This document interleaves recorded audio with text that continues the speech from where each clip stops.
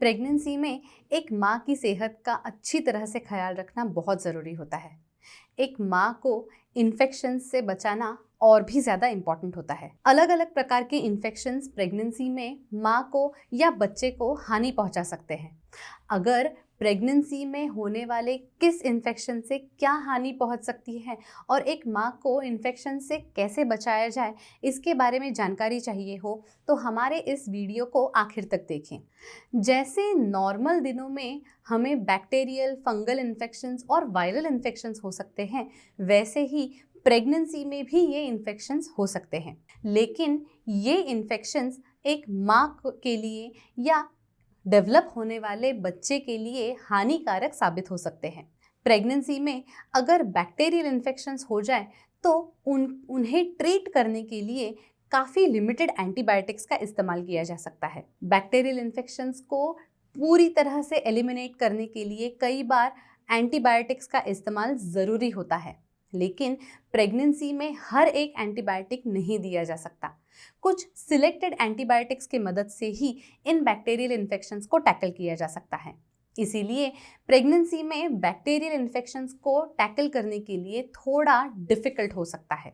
Bacterial infections की तरह ही fungal infections को टैकल करना भी प्रेगनेंसी में थोड़ा सा डिफ़िकल्ट और ट्रिकी हो सकता है। ज़्यादातर एंटीफंगल्स प्रेगनेंसी में सेफ माने जाते हैं, लेकिन कभी कभी कुछ दवाइयाँ प्रेगनेंसी में बच्चे को भी पहुंच सकती है, जिसकी वजह से बच्चे की डेवलपमेंट में कुछ दिक्कत आ सकती है। ये रिस्की हो सकता है। प्रेगनेंसी में typically tinea infections, vaginal fungal infections commonly देखे जा सकते हैं। वजाइना में होने वाले यीस्ट इन्फेक्शंस के बारे में अगर आपको ज़्यादा जानकारी चाहिए हो तो हमारा vaginal yeast infections, vaginal fungus infections का वीडियो ज़रूर देखें। आई का आइकन क्लिक करके ही आपको रिलेटेड वीडियोस की लिंक मिल जाएगी। प्रेगनेंसी में वायरल इन्फेक्शन से खास बचना चाहिए। कुछ वायरल इन्फेक्शंस ऐसे होते हैं जिसकी वजह से बच्चे को हानि पहुंच सकती है। चिकन पॉक्स वैरिसेला नाम के वायरस की वजह से होने वाला एक स्किन इन्फेक्शन होता है। चिकन पॉक्स में पूरे स्किन में सफ़ेद पानी जैसे दाने उठते हैं। अगर चिकन पॉक्स प्रेगनेंसी के शुरुआत में ही अगर डेवलप हो जाए तो बच्चे की डेवलपमेंट में दिक्कत हो सकती है। पहले 3 महीने में अगर माँ को चिकन पॉक्स की इन्फेक्शन हो जाए तो कंजेनाइटल वैरिसेला सिंड्रोम नाम की एक कंडीशन बच्चे में डेवलप हो सकती है। कंजेनाइटल वैरिसेला सिंड्रोम में बच्चे के हाथ पैर पे, बच्चे के ब्रेन में स्कार्स डेवलप हो सकते हैं। प्रेगनेंसी में होने वाले चिकन पॉक्स की वजह से माँ में निमोनिया डेवलप हो सकता है, जो माँ के लंग्स के लिए काफ़ी हानिकारक होता है। चिकन पॉक्स को प्रिवेंट किया जा सकता है। वैरिसेला के वैक्सीन्स को लेके चिकन पॉक्स को काफ़ी अच्छी तरह से टैकल किया जा सकता है। अगर माँ वैरिसेला का वैक्सीन लेती है तो उस माँ में चिकन पॉक्स पूरी तरह से प्रिवेंट भी हो सकता है, और अगर चिकन पॉक्स हो जाए तो इसकी इंटेंसिटी काफ़ी कम हो सकती है। लेकिन वैक्सीन लेने के बावजूद अगर किसी माँ में चिकन पॉक्स का इन्फेक्शन हो जाता है तो आपके डॉक्टर आपको एसाइक्लोविर नाम का एंटीवायरल दे सकते हैं। अगर डिलीवरी के नज़दीक चिकन पॉक्स कांटेक्ट हो जाए तो माँ में और बच्चे में भी एंटीवायरल ट्रीटमेंट ज़रूरी पड़ सकती है। जन्म के तुरंत बाद बच्चे को एंटीवायरल थेरेपी दी जा सकती है। फिर आता है CMV यानी कि साइटोमेगालोवायरस। साइटोमेगालोवायरस काफ़ी कॉमन वायरस होता है। ये वायरस ज़्यादातर छोटे बच्चों में बहुत कॉमनली देखा जाता है, लेकिन अगर किसी प्रेग्नेंट औरत को साइटोमेगालोवायरस का इन्फेक्शन हो जाए तो उसकी वजह से बच्चे की डेवलपमेंट में काफ़ी दिक्कत आ सकती है। बच्चों में हियरिंग डिसेबिलिटी, विजुअल इम्पेयरमेंट या ब्रेन डेवलपमेंट में भी दिक्कत आ सकती है। कभी कभी कुछ बच्चों में पूरी तरह से ब्लाइंडनेस भी साइटोमेगालोवायरस के इन्फेक्शन की वजह से देखी जा सकती है। साइटोमेगालोवायरस का इन्फेक्शन ज़्यादा डेंजरस साबित हो सकता है अगर बच्चा या माँ इसे पहली बार प्रेगनेंसी में कॉन्ट्रैक्ट कर रहे हैं।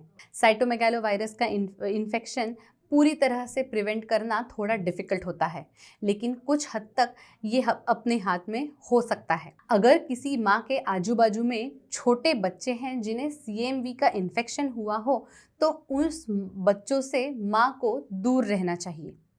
अगर दूर रहना पॉसिबल नहीं है तो अपने मुंह को हाथ लगाने से पहले हाथ अच्छी तरह से साबुन वाले पानी से धोना ज़रूरी होता है। फिर समझते हैं हर्पीज़ का इन्फेक्शन।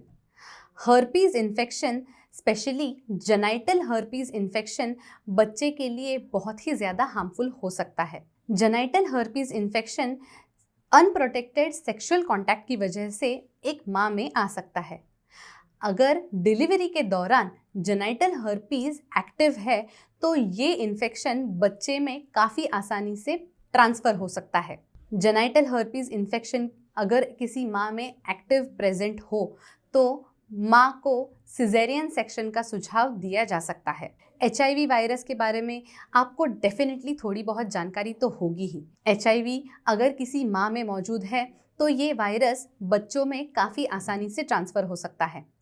लेकिन HIV का इन्फेक्शन ज़्यादा हानिकारक ना हो, उसके लिए अगर माँ की तबीयत का अच्छी तरह से ख्याल रखा जाए, माँ को एंटी रेट्रोवायरल ट्रीटमेंट अच्छी तरह से दी जाए, तो ये इन्फेक्शन बच्चे को शायद ट्रांसफ़र ना हो।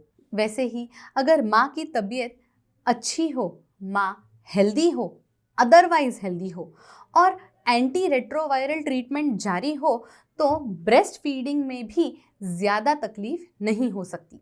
रूबेला इन्फेक्शन या जर्मन मीज़ल्स, ये एक ऐसा इन्फेक्शन होता है जो अगर प्रेगनेंसी के पहले 3 महीनों में अगर माँ में आ जाए तो बच्चे के लिए बहुत ही ज़्यादा हानिकारक और बच्चे के लिए फेटल भी साबित हो सकता है। इस इन्फेक्शन की वजह से बर्थ डिफेक्ट्स देखे जाते हैं और कभी-कभी मिसकैरेज भी हो सकता है। रूबेला इन्फेक्शन यानी कि जर्मन मीज़ल्स का इन्फेक्शन काफ़ी अच्छी तरह से और काफ़ी आसानी से प्रिवेंट किया जा सकता है। माँ को प्रेगनेंसी के पहले वैक्सीन लेना बहुत ज़रूरी होता है।